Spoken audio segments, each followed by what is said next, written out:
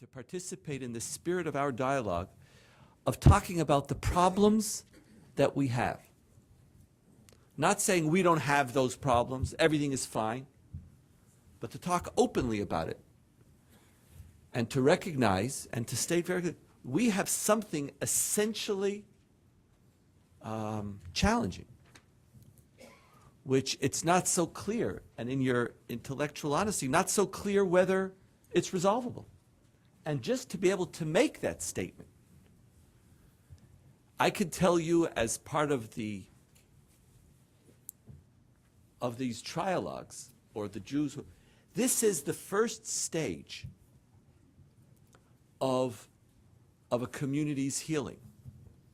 And we're witnessing a spokesperson and a person of depth who's getting up and saying to you, no, oh, no, it's they're just distorting. It's all a distortion. No, it's not. We have issues that we have to deal with. And for that alone, just to be able to participate in that, it's like, thank God we're getting there. It's like this is when we speak about what America could produce for our three religious traditions. This is the beginning of the next stage of our discussions. So for that, number one, I am very, very grateful.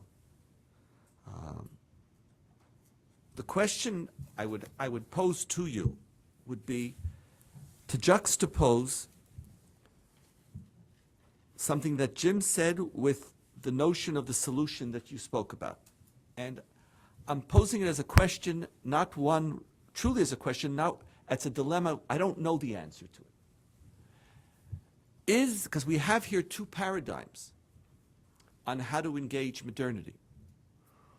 One is to define tradition as experience, and in so doing, reaffirm new experiences as tradition, no different than the experiences of the past,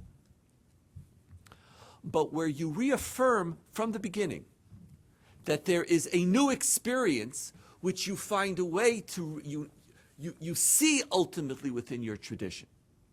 But you are very much attuned to the fact that there is an innovation going on here. While Vince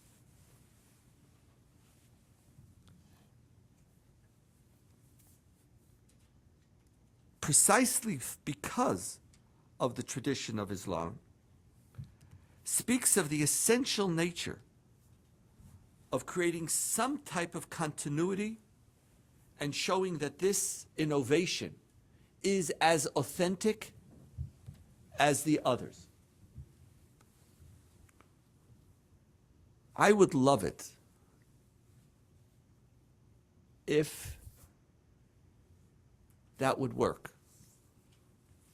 The dilemma that I have is that once you enter into the discourse of trying to be as traditionally authentic, can you ever win? And I don't know. I would like it to be so. Can you restate that? Can you restate that point? Yeah, about tradition, once you enter in. In other words, when you're dealing with people who are against innovation, who speak in the name of tradition, if you want to know your own authenticity, then I understand why you speak in a certain language. When you want to affect political change, I have never seen that type of discussion ever creating on one side that transformation, because no matter what you say, they're going to say, no, that's not a tradition. That's really not authentic. Once you enter into that discourse, you've lost. Because their claim for authenticity will always trump yours. Because at the end of the day, you know that you're finding something. You know, I grew up as a Hartman in Orthodox circles. Now, that doesn't mean much to many of you, but suffice it to say, my parents sent me to very, very traditional schools to get a very good education. And my life was one of complete and total outsidership. And engaging with people whose faiths and beliefs were very different than mine, and trying to change them, saying, no, you got it wrong. No, let me show you, this is the real meaning. You know, oh, you thought it was this, no, it's this. And what I have experienced is that transformation comes when a community could make the type of move that Jim spoke about, where you first leap, embrace and validate a certain experience, and then you try for your own religious integrity to find a language which you can use. If you don't make that first leap, and you're walking in the path of interpretation, you'll find personal validity, but you can't affect others significantly. And the question I face, or a question is that possible within Islamic society? And what type of teaching needs to happen for that type of embracing of the new, which is then supported afterwards, but you know that it's not the old. And while you can say, oh, the perceptions of the past are always fabrications, that could be granted, but the people who believe those fabrications have constructed a religious world on the basis of them. And so it's, we witnessed here a very bold criticism of, or declaration that, yes, we have issues. I'm wondering how, and because we're all in this together. We all want our traditions to be helpful to each other. I'm wondering whether, if some of the experiences of Judaism and Christianity could be helpful for Islam. And I think the way most of Judaism and Christianity went was a leap of faith, but a leap of faith into the value of modernity and to the value of innovation, and then the justification happened afterwards. Thank you. James? I fully associate myself with Donniel's appreciation of what Vincent has done for us today. Very instructive, very serious, and very, very important. Let me respond very simply and briefly by lifting up what I understand to be the epistemological crisis, which I associate with. I think that the epistemological crisis, as defined by Vincent applying to the Islamic world, is one that is a human crisis, broadly speaking, today. And it goes to the question of how do we know? And taking off from a passing reference that Donniel made earlier today, when he renounced my dearly held faith in original sin, I would like to say that original sin to me means we human beings are born with a constitutional tendency to identify ourselves positively by identifying somebody else negatively.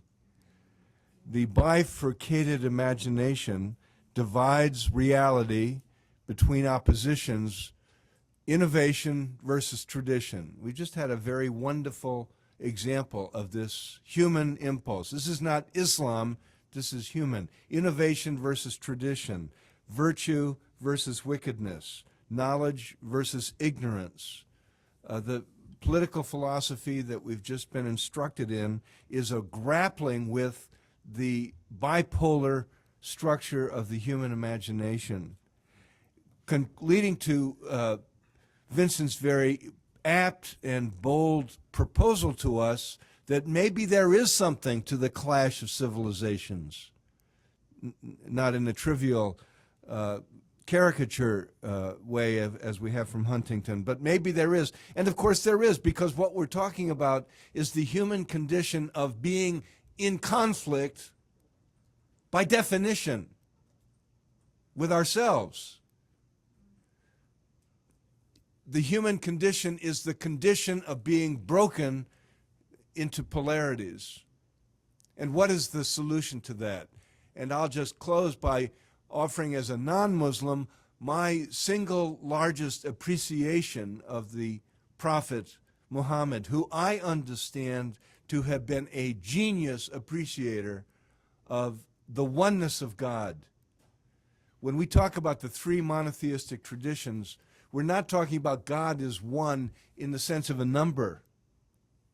There's one God over against those other religions that have many gods. No, this is not a numerical assertion about God. We're not talking about one God. We're talking about oneness of God. The oneness of God. And what is that? What is that? The oneness of God imbued in creation is the contradiction to the human impulse to understand reality as by definition broken. Human beings live in the oneness of God, which is the religious response to the condition of the clash of civilization.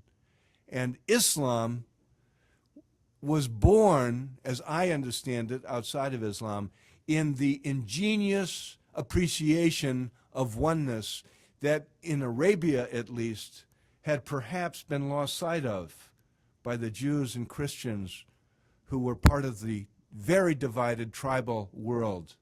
And the sweeping triumph of the Islamic movement, I believe, is not about violence.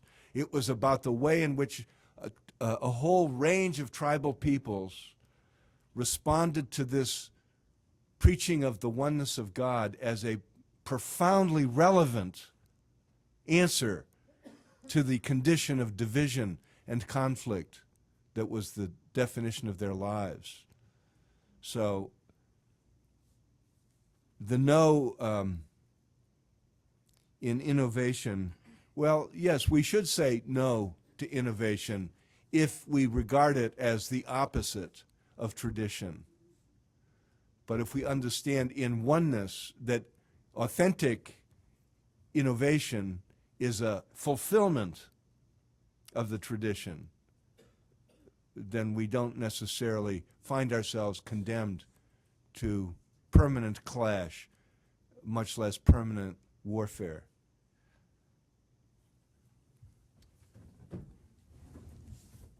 While you're getting some questions ready to transition, to me, one of the benefits of all these things is all the questions you take home about your own. And I have a hunch everybody's doing that. I like to read your faces when these points come along. Some years ago, I did a dialogue in Houston for the Hakeem Olajuwon Foundation. I didn't even know who he was until then, but my grandson said, "You're going and you're going to bring his autograph back." And he brought me a regulation basketball to Jonathan Marty from Hakeem Olajuwon.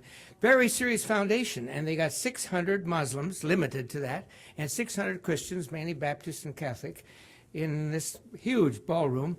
And a Nova Scotia expert on Islam and Christianity spoke, and then I spoke, and then everybody got their 3x5 cards, and then we had lunchtime, and I'm sitting there with Olajuwon and his brothers, all of whom were over 7 feet. I thought, when are they going to sit down? I was looking up at them there. And I was ready for all the questions, and so was the Muslim, about divorce, polygamy, all these questions that people think. Not one question. And it illustrates what we just heard again, and also in James's response, how hard it is to break through to this basic question. The Christians in the room, I don't think, could understand how the Muslims could have this full sense in the unity of God and one God without a mediator, without a, how does it become incarnate or whatever?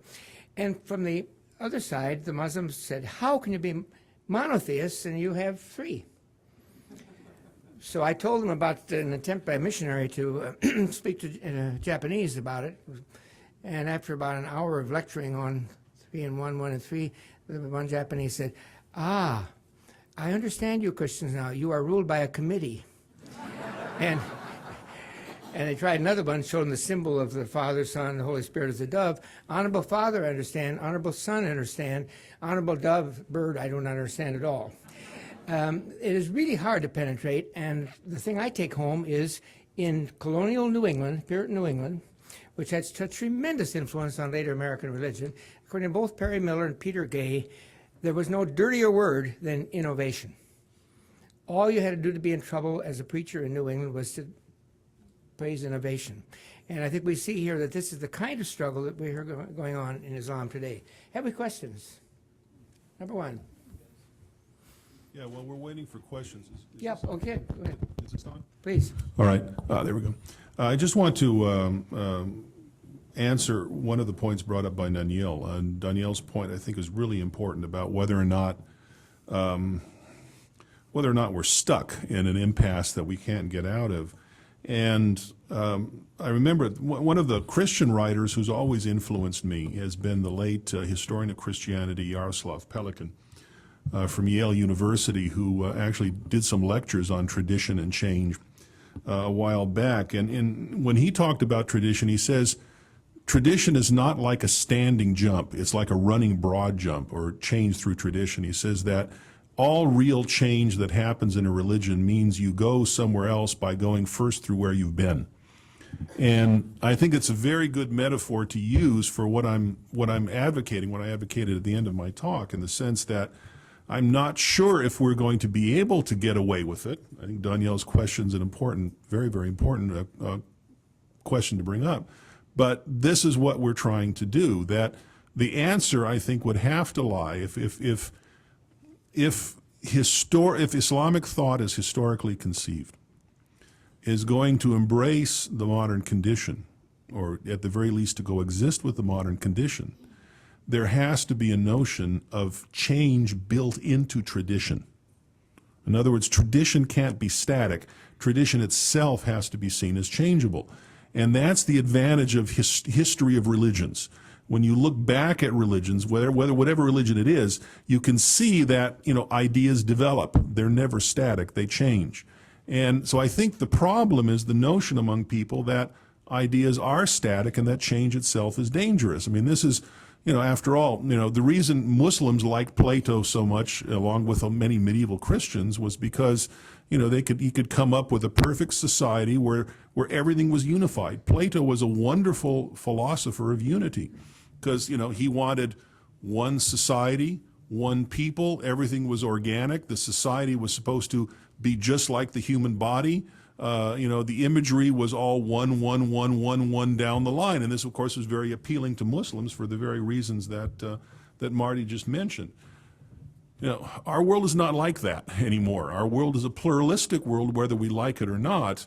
And so if we're going to think of unities, we have to think of unities with pluralism built in. Think of galaxies maybe rather than stars. And then if we're thinking of tradition as process. So that if you build if you adapt to new conditions, which, by the way, is part of Islamic law already, but if you adapt to new conditions and you're clear that you're building on resources from the past, then it's development. It's not change. It's not necessarily bid'ah. And then we can be creative without being afraid. Question 1 and question 2. Okay. I'm Jerry Ramsey, and I just recently read a survey that 17% of Americans consider themselves spiritual but not religious. And I found that very interesting. Our particular church deals with that. And so much that was said today seems to lend itself to that sort of thinking. It's very individualistic, and I just wanted to put that out for everyone to think about.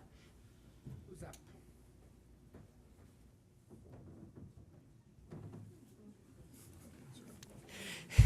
Well, I'd like to offer a comment simply to say that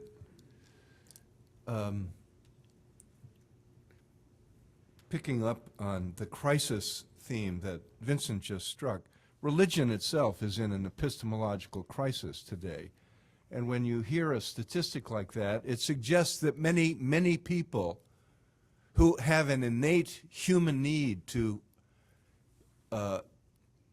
articulate a relationship with the transcendent or the holy or the other world are finding it impossible to meet that need through traditional institutions of religion. And we need to take that, those of us who are committed to traditional institutions of religion need to take that very seriously. Traditional institutions of religion are failing in their purpose. And we see that especially in the difficulty so many young people have in associating themselves with the traditions of their families. I don't believe myself that over the long haul it's possible to be spiritual without being religious, if by religion we mean organic, communal, organized institutions of human beings who exist together for a common purpose to hand on something of the past to the future. That's what religious institutions do. And because they are made up of human beings, they always do it badly. But that's because they're made up of human beings. Myself, I feel that's why it's so urgent as a Catholic to insist upon the ongoing renewal and reform of Roman Catholicism, because this tradition can be lost. And that it's up to other people in other traditions to confront this crisis. But that's what a statistic like that suggests to me. Yeah, I mean, Please. Billy Ray Cyrus wrote a song called Achy Breaky Heart. I guess he could write a new one called Loosey Goosey Faith. If I understand that's what you're concerned about, and I completely agree with you about that. It's the 17% of people who say we're spiritual but we're not religious includes some of the people that I know. In fact, some people in my own family. I won't name names, but that's I don't know. It's nothing really. I mean, it's like a Mormon friend of mine in Arizona once called a church called the Church of All Christian Faiths, the Church of No Christian Faith, because I mean you do have to draw boundaries, and your ritual and your practice is extremely important. Despite what I say when I give lectures, I'm very traditional when it comes to worship and those aspects of religion. I mean, Islamic law divides itself into something that's all ritual and worship, and then there's something that has to do with interpersonal behavior. And for me, I do my best to try to acknowledge the value of the laws of ritual and worship. They're very, very important. One of the reasons, despite my long involvement with Sufism, one of the reasons why I'm very critical of New Age Sufis is that New Age Sufis are like sort of the 17% of Sufis who are like those. I mean, what makes them New Age is none of them want discipline. And any spiritual path requires discipline. You can't get anywhere without it. And otherwise you're just, it's a vanity. I mean, you're just playing around. And so I don't think any of us are advocating that, and I hope it's not understood that way. Please, over here, and then we have three here, or two more. This is working. Dr. Cornell, how do you explain in countries that have an Islamic government, in other words, are governed by Islamic law, they do not afford other religions such as Christianity the freedom to practice their faith, the way Muslims are allowed to practice their faith in America? My wife wanted to mail a Bible to a person in Saudi Arabia and was told, do not. If I am caught, I could possibly be imprisoned. Well, I mean, you're talking about a reality that's a historical reality of pardon me, of the Islamic world. Even countries that are not, pardon my allergies kicking up, even countries that are not ruled according to the Sharia have prohibitions against proselytization. Personally, I am a strong believer in the free market of ideas, and that includes the free market of religions. I think it's an important test for Muslims to be able to not only defend their beliefs in comparison with other faiths, but also to affirm their beliefs in comparison with other faiths. And I think this was touched on earlier today. This is one of the advantages of what we do in our interfaith gatherings is I don't think, I mean, I've never seen anybody who has had his faith or her faith weakened in such gatherings. I've seen the faith deepened. And I think it's important for Muslims to know about other religions. And again, earlier today I made some disparaging comments about the Asharis, about this group of theologians from the Middle Ages in terms of their ideas of the universe. But one belief they had, one of their doctrines I really like very much, they drew a distinction between a believer, which in Arabic is mu'min, and a Muslim. The word Muslim in Arabic literally means someone who completely submits to the will of God. But they said that if you are just born a Muslim and you sort of learn it from your parents at your parents' knee and you follow it just because that's what you are, you're just a believer, you're not a Muslim. You can't call yourself a Muslim until you can actually stand up and say why it is you believe what you do and defend it against somebody who doesn't.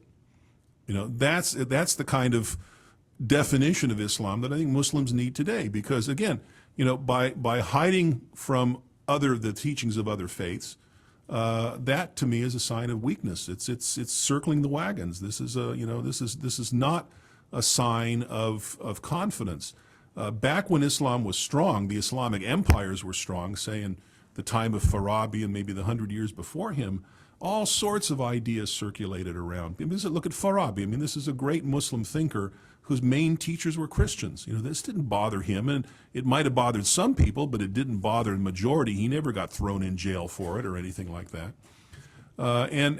This was a sign of confidence. Back then, Baghdad was kind of the New York City of the time, which you had all sorts of things. It was a huge city and all sorts of ideas. So Muslims do need to get back that confidence. And, so as I said, personally, I'm a firm believer that, if Muslims can proselytize, Christians can proselytize, whatever, that's not a problem. However, one shouldn't abuse it. And I'll be the first to say that what disturbs me about the story we've been seeing about the girl who converted to Christianity I mentioned earlier is that I have a very, very, very strong feeling from what I've seen that the girl is being used as a pawn by religious leaders who are trying to manipulate a conflict. That's something I'm very much against.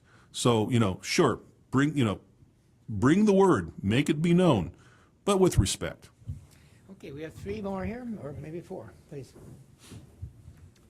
Well, in regard to affecting political change, which was mentioned, many of us would really wish for a breakthrough, for peace, negotiations in the Middle East. Could you talk about our Western concepts of democracy and ethnocracies in regard to countries in the Middle East like Israel, Iran, and so on? Thanks.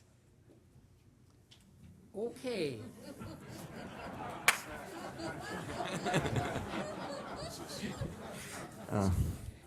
Totally neutral question.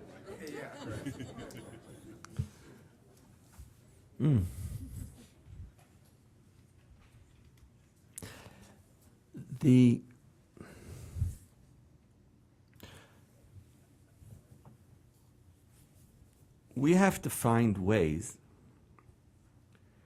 in which we translate our hope for peace, I would say, into 2 productive directions. For one of the things we have to learn, if we have Vince outlining, 1,200 years of an issue, it pays to learn from experience. And whatever we've been doing up till now is not working. And we could either continue with that tradition of failure, or we could try to move in another direction. For peace to work or to progress to another stage, the first thing we need to do is to create a much healthier environment of self-criticism on all levels. But self-criticism only happens in a safe space. Right? What Vince served as a witness to grows out of his comfort in living in America and embodying a certain conversation where he feels comfortable. I could talk, and he doesn't feel that his faith is being undermined or his being. When it is the criticism of the outsider to each other, it backfires all the time. And every single and then we get stuck in our, at best, moral mediocrity, and at worst, into circular arguments justifying evil. Precisely out of defending ourselves for some public image. So our aspiration, how do we create or remove a certain amount of blame language, even if we feel blame towards each other, knowing that it's just simply not constructive, and that it's not about blame, it's about each society creating for itself a higher standard which it believes it must live by, regardless of whether the world or others affirm that. In other words, that's one stage tremendously missing in Middle Eastern discourse. And our attempts of discussing peace very often lead to the blame of one. Oh, you love Israel. Why? Because you blame them. Oh, well, you're my friend. Come sit next to me. Now, do I agree with your blame? Does it serve me in any way? Does my country become a better country because you were blaming them? And I'm speaking just as a Jew, and I'm sure the same argument could go to the other side. That's one stage that we need to look at. And how do we create that environment? I would say to you that the United Nations couldn't be more destructive on this level, and people of good intent are seeding a very, very bad environment. That's one thing that needs to change. The second thing is that we need to have, or to recognize that our yearning for peace is not the same as a policy for peace. And what it will mean to create a new reality might be on a very different time frame, for example, than an American political system. And we have to be very careful not to use a reality which has caused so much pain to sell a solution under a time frame that I need for other reasons, have nothing to do with what is realistic about this environment. For when you do so, you might get away with some progress in the short term. But someone who lives in Jerusalem, I and my children, similar to Palestinians and their children, are going to end up having to pay the price over and over again of, oh, why can't you just? And it just seems that we can't. And so we might need much more long-term, much more incremental, much more careful, much more support and recognition of the problems than the patience level the world seems to have. And the impatience of the world hasn't created any progress. That should be something that we should remember.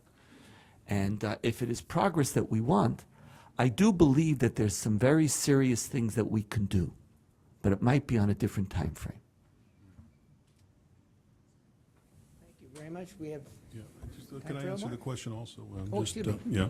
I'd just like to say Iran is not an ethnocracy. It's a very ideological state. It may have a president who's the world's best example of the self-hating Jew, from what we've been finding recently. Apparently there's considerable there's information that's relatively solid that he has his family has a Jewish background. But if you want to find the true ethnocracy in the Muslim world, your country is Malaysia. Malaysia outside of Israel is the only country of which I'm aware where religion and ethnicity are exactly the same. You cannot be a Malay without being a Muslim, and you cannot be a Muslim in Malaysia without being a Malay. And it's something that that Anwar Ibrahim, this was the former vice prime minister who was falsely accused of being gay and thrown in jail. He's hopefully, I know him a little bit. I really hope he becomes prime minister, because that's one of the things he's trying to change. And he's using Islamic teachings and ideology to get rid of that sort of ethnocracy that you're talking about. It becomes a real problem because, for example, Malaysia has indigenous Christians, from the area around Malacca, that go back about 400 years. They're as Malay as the Muslims, and yet they're in a sort of strange category because they're not Muslim, they're not really Malay. When I was back there in the 1980s and 1990s, there was a big fear about mass conversions of Chinese because the economy is still dominated by Chinese in Malaysia. And they were afraid that the Chinese were going to subvert the country by converting en masse to Islam and overpowering the Malays, because, as we all know, the Chinese want to take over the world. Of course, any Malay will tell you this. But they were actually making bizarre, proposals like, how many generations must a Chinese family be Muslim before they're counted to be Malay? And so it's a very interesting comparative case. As far as I know, no one's ever compared it with Israel. But if I were trying to find a country that would be sort of the Israel of the Islamic world, it would be that country, not anything in the Middle East. Thank you. Just a few minutes ago, in response to a question, Jim Carroll gave what I thought was a really nice definition of why religion has to be in community. And one of the things you said had to do with passing the tradition on to the next generation. So that's the background to my question, which is, do you think that the age demographic of this audience speaks to the topic of the day?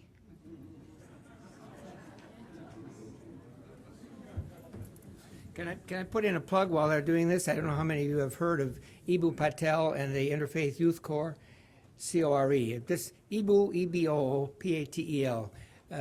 He's often on Bill Moyers type things and so on. And he organized, he sensed this, and he organized, you have to be under 30 to be in it. There are chapters all over the nation now, large chapters, growing fast. You have to be under 30, and you have to be active in your own faith.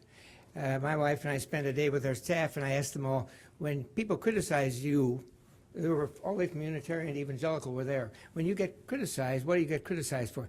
They all assume we'll be wishy-washy and you have to give up everything.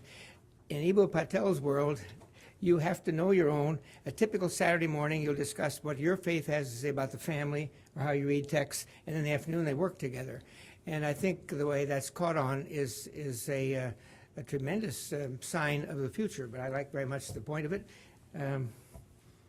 Well, I just have to say that, I see some students there, I'm happy to see it, but since I was talking about somebody who was taking from Plato, Plato said the greatest wisdom in terms of age is between the ages of 45 and 55. So I think we can congratulate ourselves for being very wise here. Okay.